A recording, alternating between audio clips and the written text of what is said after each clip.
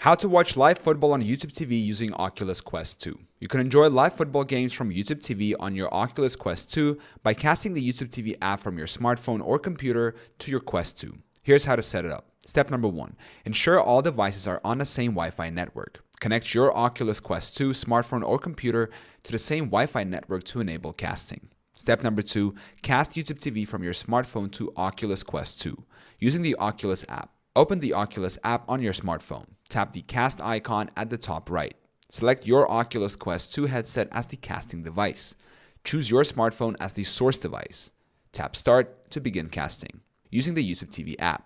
Open the YouTube TV app on your smartphone. Tap the cast icon, select your Oculus Quest 2 headset as the casting device, and choose the content you want to watch. Step number 3. Cast YouTube TV from your computer to Oculus Quest 2. Open the YouTube TV website on your computer's browser. Use the browser's casting features to cast the tab to your Oculus Quest 2. Step number 4. Adjust settings for optimal viewing. Ensure your Oculus Quest 2 is properly adjusted for comfort. Use the Oculus app to adjust the casting quality if needed.